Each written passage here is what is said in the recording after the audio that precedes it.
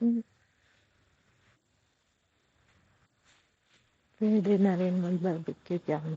Ito, puwedeng hiramin 'tong mga upuan, maraming mga fridge, meron pa dun yung mga bahay-bahay na yan. Ayan o, paliguan yan yung isa. Alam mo nakatawag ng kalikasan, itong mga fridge 'to, walang laman. Ang dami daw dito nung Chinese New Year, pero nag-alisan na. Kami na lang ng mga amo ko ang huli. Ayan o. Meron pa doon sa taas. Dati noon doon kami sa taas. Lamig. Nandito pa kami sa bundok. Ang hangin, no? Atong pinagbabarbecue.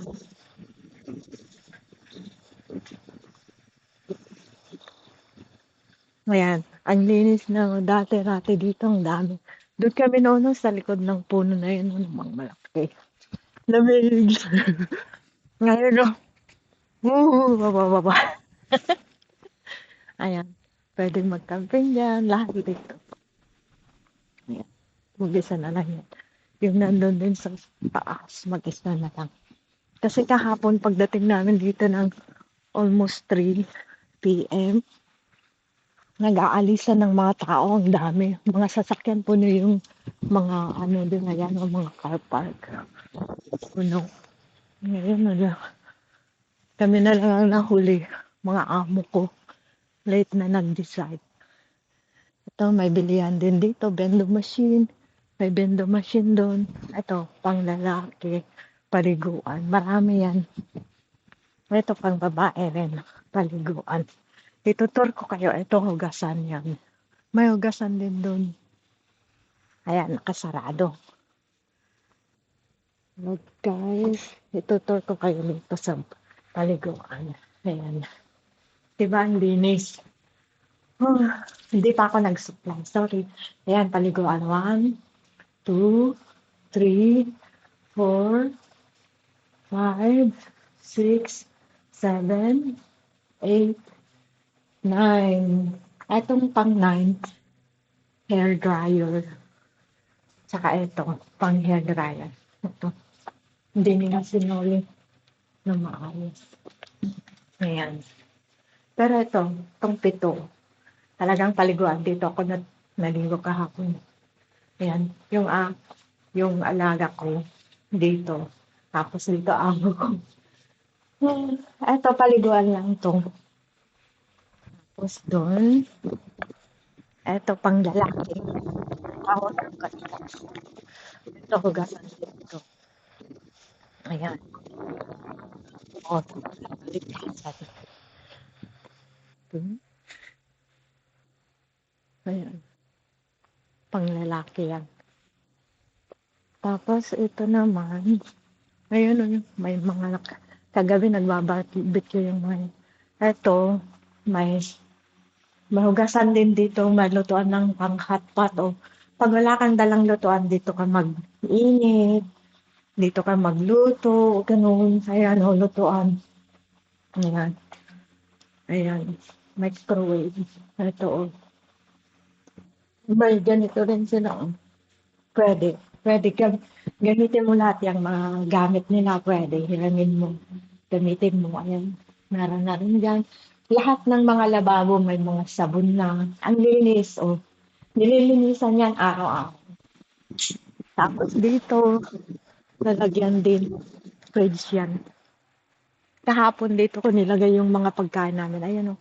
Yung iba may mga pagkain pa. Pero yung pagkain namin, nilapit ko na sa amin. Nandun na yung sa kotse, sa sasakyan ng amo ko dito sa likod ng number 7.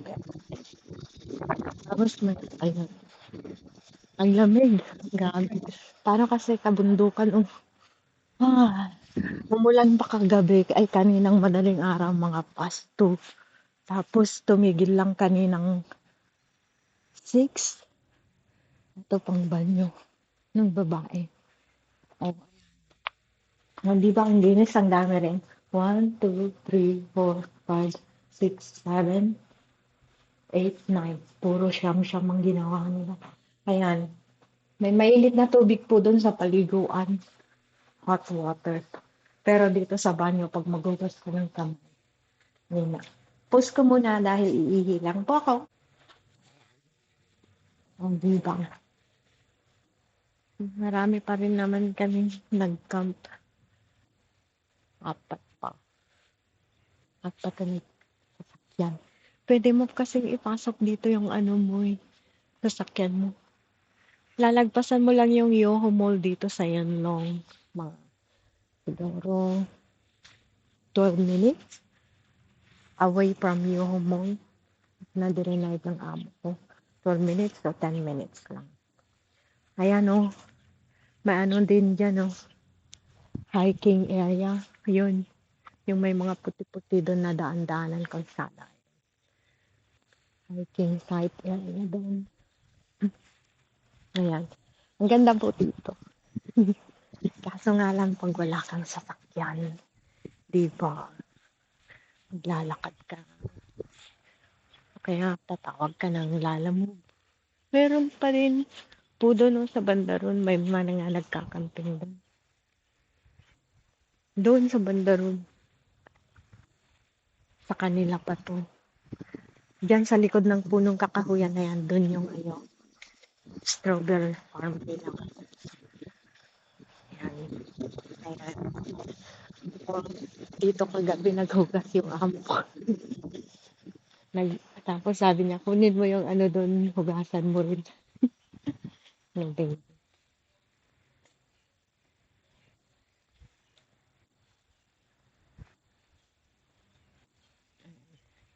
Lamig-lamig. Andito po yung gamit namin. Yung pagkain namin ng mga amo. Ito, wala na. Ayan, mga pagkain. Hindi ko alam kung ilang araw tatagal. Hanggang bukas pa kami dito. Bukas ng tanghali. Number 7. Yay!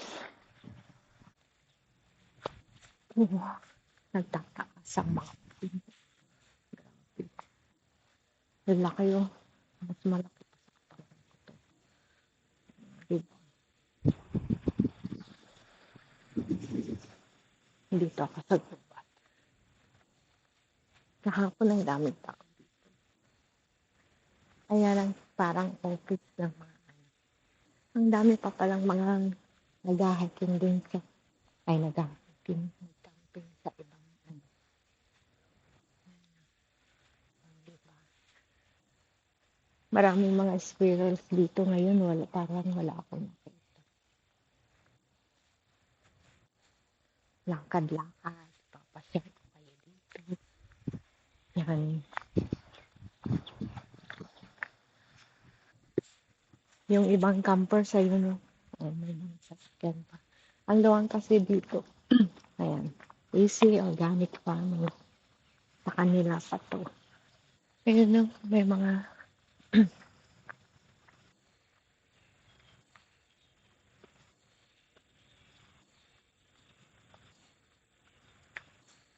punta tayo sa strawberry farm.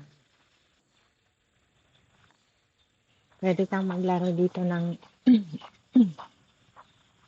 volleyball, soccer. Ayan. Dito po kagabi ang daming tao dyan kumakain ng dinner.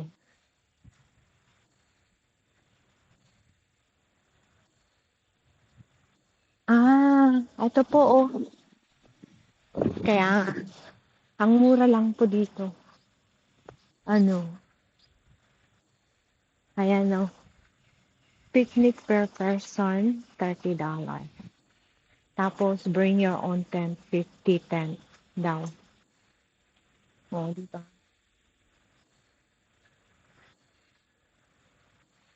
Ang renta mo lang 50. Araw-araw yun, ha?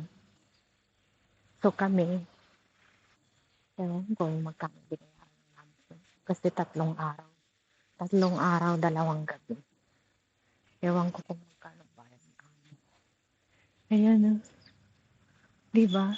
Parang restaurant to Kagabi ang daming tao doon kumakain. Tapos dito. Tutur ko kayo sa strawberry farm. Aga-aga nakasalubong ko yung amo ko. Nagbanyo siya. Pumunta rin ako sa banyo. Oh, yan. Tol ko kayo dito. Sabi niya, pag bumili ka raw, cash only. Oh, ng strawberry. There is no strawberry picking anymore, sabi. Tignan po natin.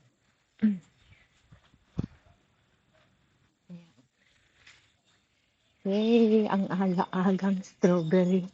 Ano, pasyal-pasyal. Ay, may nakalagay, nakasulat dyan na this side, Korea. 1 pounds, 120. Wow, ang mahal. Ito naman, number 10, Japan, 120.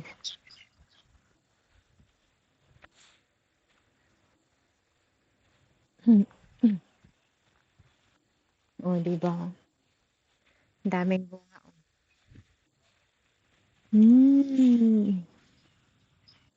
Ay, ayan, ang cute. Ooh.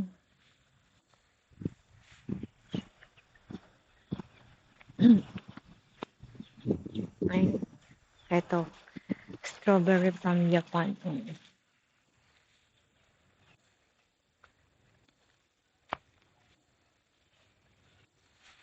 Number 9. Eto naman. Whoops. Yum, yum. Ang mahal. Mahal dito. Yari. Oo. Ayan. Strawberry.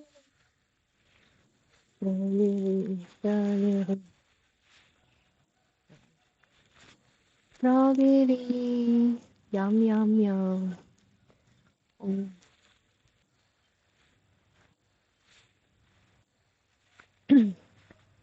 Lamig-lamig po dito. Oh.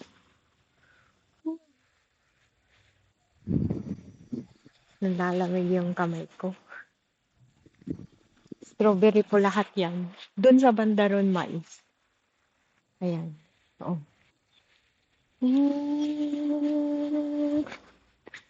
Lumapit ka.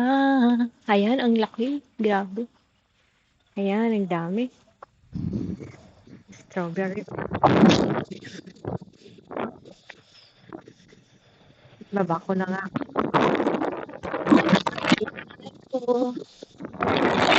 Please like, subscribe. Ayan. Strawberry farm. Oops. Dami. Kabundukan. Ang lamig-lamig. Yan, ang daming bunga.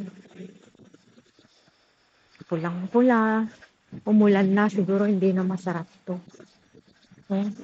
Umulan kagabi. Kaya hindi na yan masarap.